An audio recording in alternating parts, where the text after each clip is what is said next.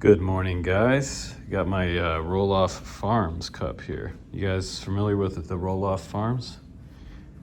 Yeah, they did that cool reality show and got quite dramatic the last few years. I haven't watched it in a while, but I have been to the farm and I took my kids there, and yeah, we had a good old time. I'm out of coffee right now, and that's why I'm coming back to the pot. This is my third cup. This is my last cup of the day, but we're here today to talk about the brand new Hglrc beginner radio that they released. And maybe it's a competitor to the Pocket from Radio Master. It has a kind of a similar look. It has a case that's clear. You've got LEDs inside. It has ELRS, and it also can come with a dongle, and that allows you to wirelessly connect to the computer. You can do ELRS updates, Wi-Fi and Bluetooth, which is pretty cool.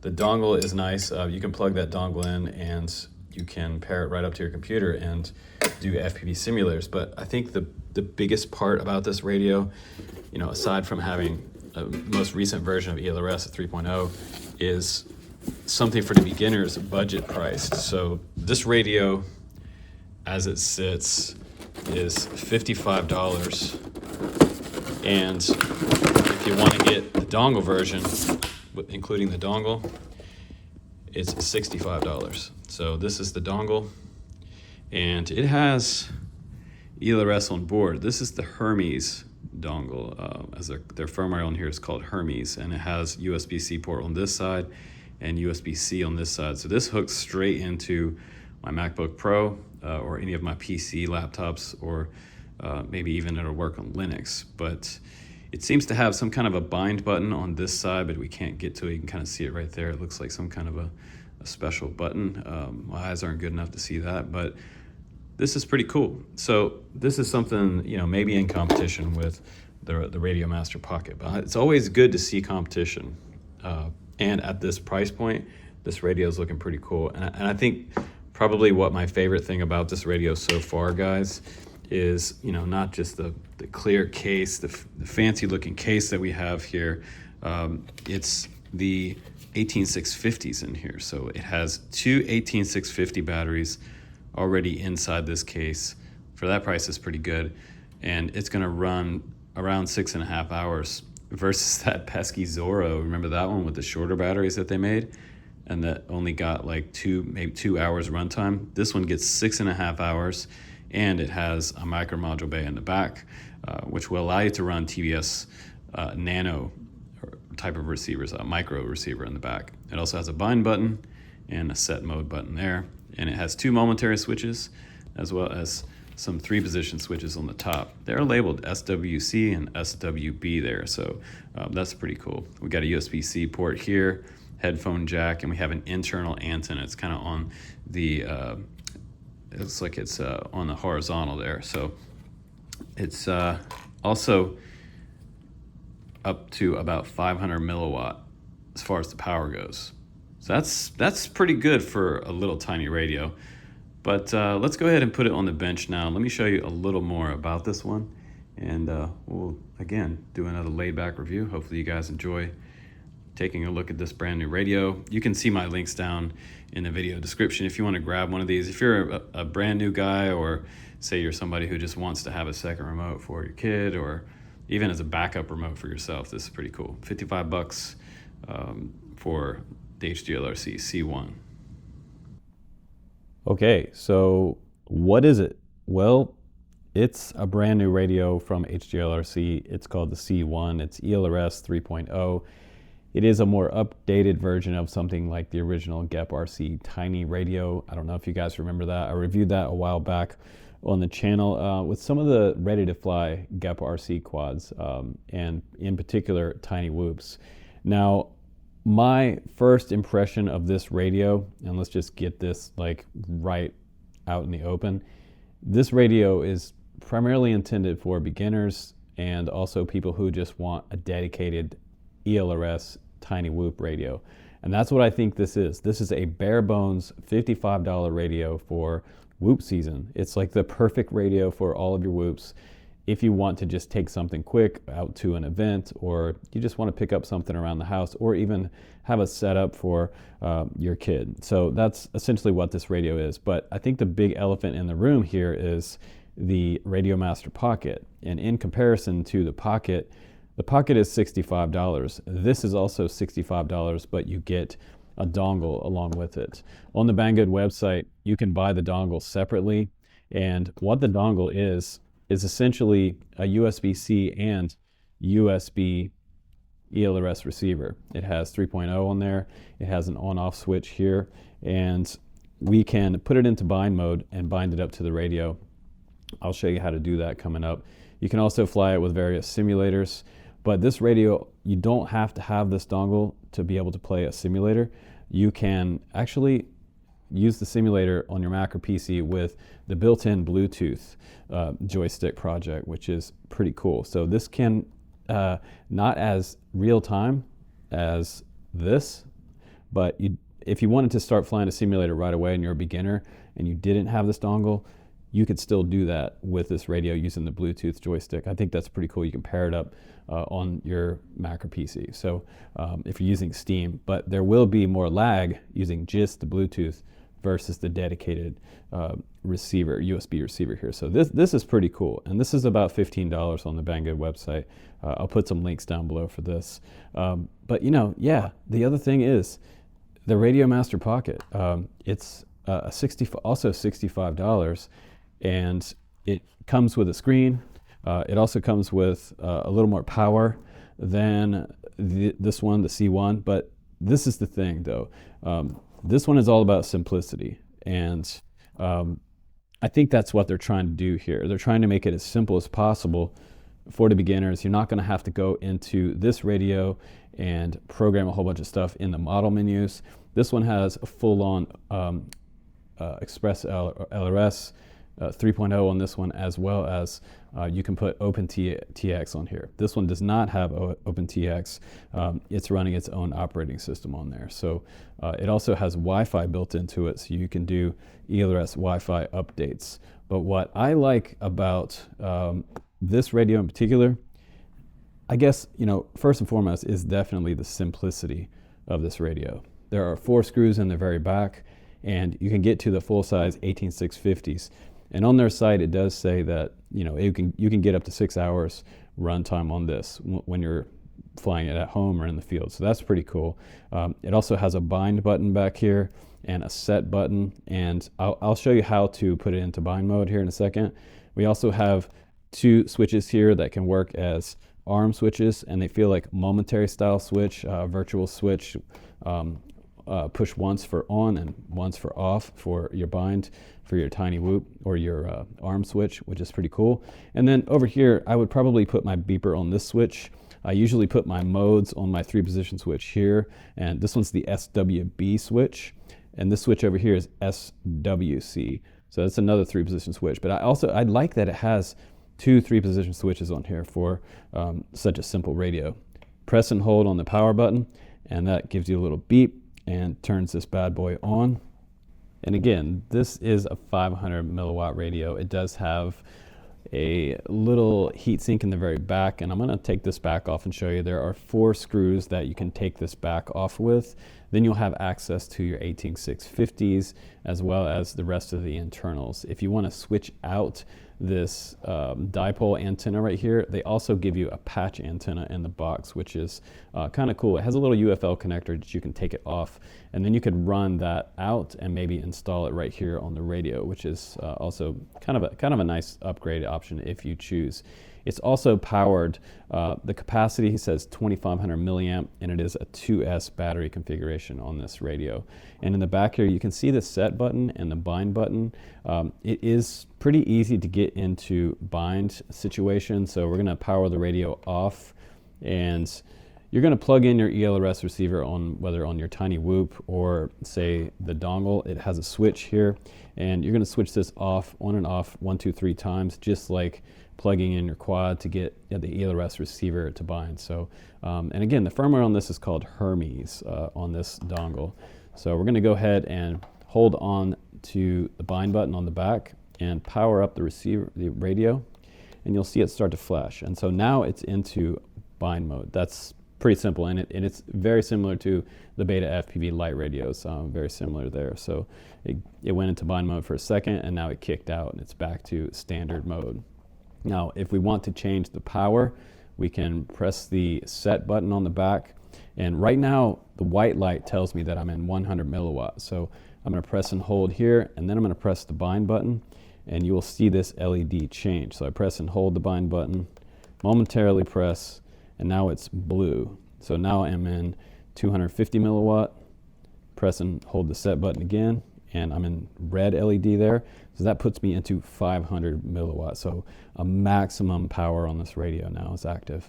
And I press again, and I can put it back to white, which is that 100 milliwatt. So if you're flying indoors or around your yard, you're probably not going to fail safe in 100 milliwatt. I've flown around the house and outside a lot in 100, and it's completely fine. You can make it all the way around your house in 100. So, again, this is not. I have to tell you, if you're listening to this review as a beginner, this is not a long range radio. It's absolutely 100% like a 5-inch, 4-inch, 3-inch, or a tiny whoop type of radio. Something that you're just going to have as maybe your first ever radio. You don't want to get into model menus yet. I get that. It's pretty easy to bind up with the receivers as long as you have 3.0 or better. But it's great that it came with 3.0 because it is definitely updated from the tiny radio from Hglrc, which has ELRS 2.0 on there. So this will bind to most of the current bind and flies out there on the market. Now also in the box, if you get this version, you get a few extras in here. You do get a neck strap, which is kind of a wide cord neck strap. It has a disconnect switch there, which is great. One of the things recently we were talking about is stick switches and how they can get caught on your neck strap. We had a good friend of ours, Matt's and Asia. They were flying a 5-inch, and it accidentally hit their neck strap when Matt's was taking off his neck strap. So these are nice for beginners because they are flat style switches, and you probably can arm on accident, but you're not going to be flying like a 7-inch on this. If you do, you're probably kind of crazy because I'm not sure that you're going to go any further than about 500 meters out with this radio. So momentary switch, it could be dangerous, but it's you have to really press it to get it to activate. So I think it's going to be a pretty deliberate press there for arming the quad. But this can hook up straight to the center of the radio like that, and then you can have your neck strap set up. So it lets you, you're not going to drop your radio on accident. That's the biggest thing about these type of neck straps that's going to help you out because I have dropped quite a few radios, and I've broken large transmitters on accident doing that, and it really sucks to break your radio. I broke one on a trip, which was not fun at all. So I have a USB port down here, an AC power plug, and if I want to charge my 18650s, it takes about 4 hours to charge this radio. So now it's charging from that top USB-C port right there in the center, and you can see it has a green light there. So it may be fully charged. And I also have to give you this information. I was told that it does not come with 18650s. So when you buy this radio for that price, that's going to be an extra cost for you to buy 2 18650 batteries. Now we also have some other goodies in the bag here, which is my patch antenna with that UFL connector here. So this is where we can open up this radio and maybe add a little more directional style connection with this patch antenna. This one here is going to be more for omnidirectional. Just depends on what type of antenna you want to run. If you want to try to do range, you could use the patch. It would be nice if we could do some Gemini on here, wouldn't it? But we also get some stickers. We get Hglrc manual, and this will take you to the instruction manual for this radio, the C1. Safe flight there, and we also get a screwdriver for taking apart the radio. So let's go ahead and take apart the radio. I'll show you what's inside this radio. Yes, more coffee. So the screws in the back, they are M2 screws, and there's also a little tiny Allen wrench in there for you to take those 4 screws out. And once you do that, you will be able to access the inside of this radio. So just go ahead and carefully pop off the back. You may have some wires hanging on here. It looks like the main harness is hanging on. Let's just go ahead and unplug that from the gimbals. So this connects this power board, power distribution board, to the 18650s here. And we also have power to our momentary buttons on the back, as well as your micro port here. So this will hold the TBS Nano. So if you want to put Crossfire on here, you can use the Nano receiver for that external receiver. And it should hopefully automatically detect that you're using that. This does have built-in CLRS or CRSF. So this is the Dragon version 2.0 PCB here and interface. It has its own software on here, so it's not actually running OpenTX or EdgeTX, which is very interesting. Hglrc has developed their own here. Now we have some plugs here. These do look like the same gimbals as what I've seen on the previous version of Hglrc's tiny radio, so that's interesting. They are like kind of plastic front gimbals. There is no tension adjustment here on the front as well on this radio. So if you look on the back, this is where you can get into your tension adjustment. So if you want to do any tension adjustment, you're going to have to do it by taking off the back. And it's interesting to me that with this radio, we're also going to have to take off the back and 2 more screws here for each 18650 to get those out. So that's kind of nice that it holds these into place, and it also shows you with a sticker on each side which is positive and which is negative. That's pretty important. If you plug in and you have reverse polarity on this radio, you're probably going to fry your internal module. So be careful about that. You can also take those 18650s out and charge them on a standalone charger. Now in here, you know, other reviewers made comments about running 500 milliwatt on this board. With this small of a heat sink, it has no internal fan in here anywhere. You know, will it hold up? Will it crash? That is definitely going to come down to some testing, especially in the hotter summer months. I would probably be a little bit wary of running anything on 500 on this particular board. So just beware of that. And again, up top we have our USB-C port for charging it, headphone jack, and it looks like the plug there for our power option. And we can just plug this back in. It looks like pins down there, so I'm going to spin this harness around and plug in pins down, and it powered up on its own. So we're going to press and hold 2 seconds and it will turn off, and again press and hold 2 seconds to turn it on. And it's, you know, again, it's a bare bones radio. It's made to be simple. So I think that they've kind of made something nice here for somebody who doesn't want to get into a lot of really in-depth ELRS configuration. But it will also connect to your computer with Wi-Fi, and you can do that with this dongle super easily, which is kind of a cool option. So if you want to update this transmitter's firmware, the ELRS firmware on here, you can do that by using this. And I'll go ahead and show you that now. So, okay, to pair this up with the radio, you're going to have to put this into bind mode. And I have USB-C ports on my MacBook Pro here, so this was an older version. Now, if you let it sit there for a period of time, you'll see that this little LED starts to flash quickly, and that means that Wi-Fi is active. So we're just going to go ahead and see if we can get this quickly into bind mode here. There is a power switch over on the other side. So 1, 2, 3, and it should be into bind mode. So now it's flashing twice there. And let's go ahead and hold the bind button here on the back of the radio. And we're going to power on at the same time. We should see that this goes solid. And this is still blinking, so we're going to try that again. So if it doesn't work the first time, hold the bind button, press on the power button, and this will put it into bind mode. And you'll see a red light come on there, and we're now bound to the dongle. So now we can use a FPV simulator. So that wasn't too hard, was it? It was pretty easy. So let's go ahead now and we're going to disconnect from the radio, and we're going to replug it in, and I'm going to show you how to connect to the Wi-Fi port on the receiver. So we're going to go ahead and power off, and you should see the red light go off there on the dongle.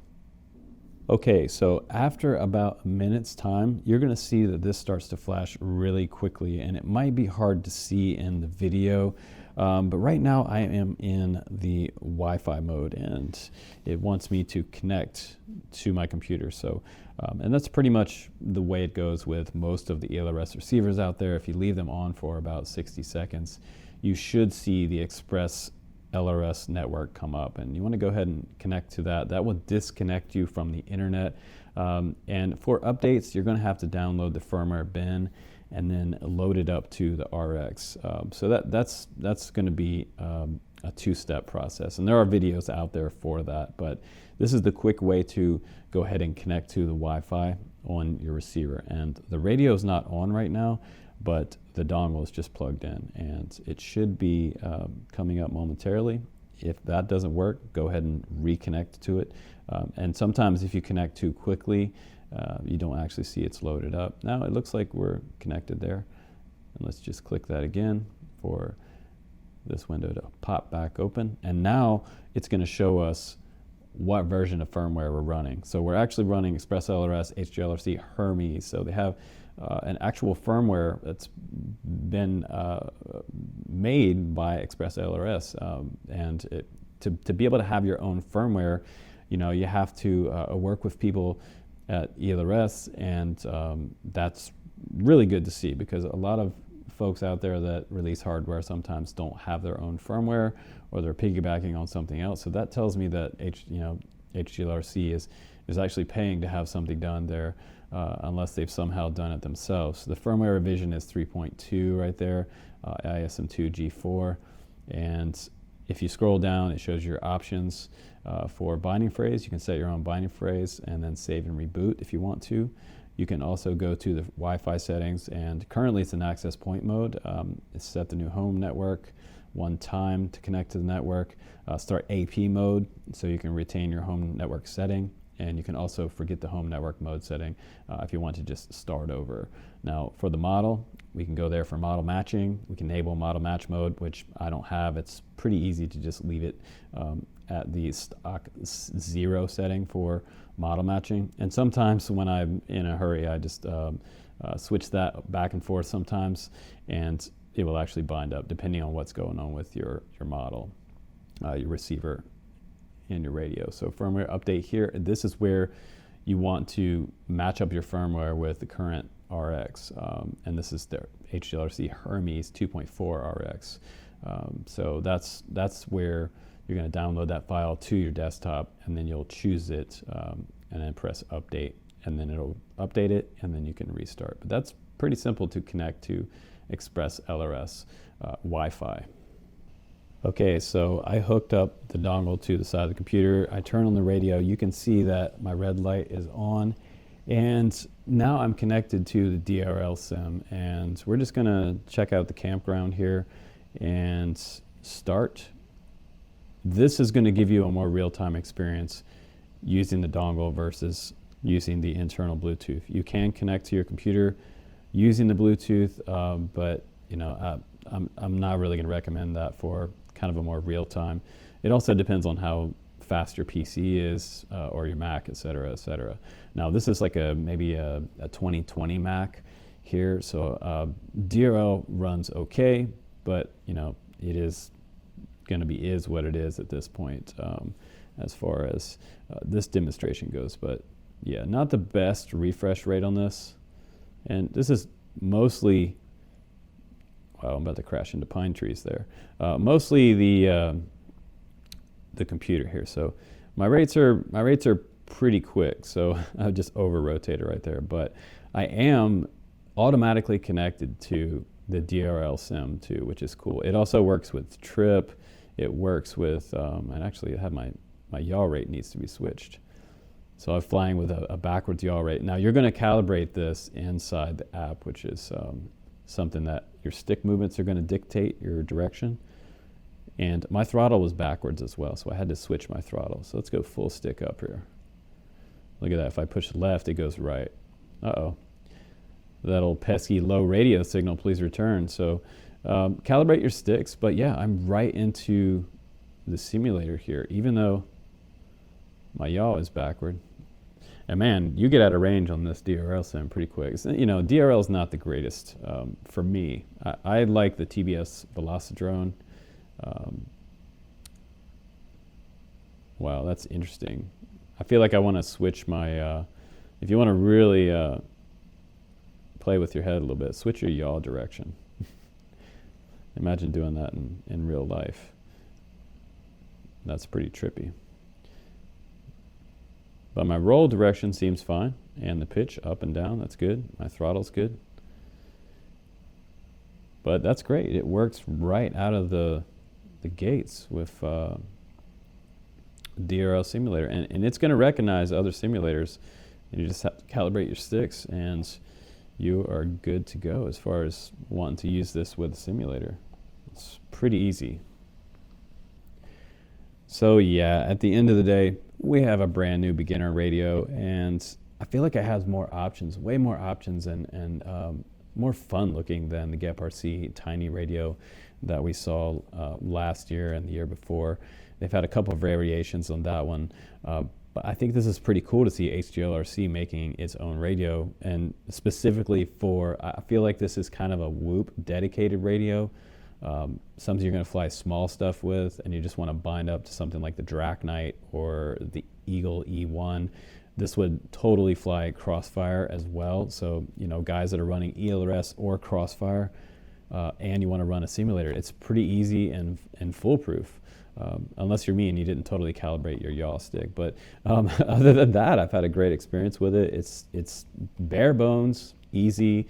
It has no screen on here, but I don't really need it for doing the most minimal FPV flying that you can possibly do. As far as long range, you know, you obviously want to go with a full-size Crossfire module and something like the Boxer from Radio Master. But as far as a beginner or a Whoop season radio, this one is going to be my radio choice as far as quick bind. And it's super easy to bind. You just hold down the bind button and turn the radio on. And I can also increase my power up to 250 and 500, which is also cool. So if I'm flying somewhere outdoors, maybe I'll crank it up to 250, and that will be plenty of power. But it definitely gets better battery life than that pesky Zorro that most people hate with the 2-hour runtime. So 6-hour runtime, ease of use, but also, again, around the same price with the dongle as the Radio Master Pocket. So I'll put some links down below and you guys can decide. Let me know if you got one of these C1s, because it is pretty cool for what it is. It's simple, and that's what it's all about, even though it's the same, literally the same price as the Pocket. So yeah, you decide. And again, let me know in the comments which one you have or you have planned to buy. Either way, I hope you learned something today in this video. As always, on the Drone Camps channel, I'm trying to help out new guys like you and foster you guys into the hobby. So if you have any questions, please put them down in the comments section below.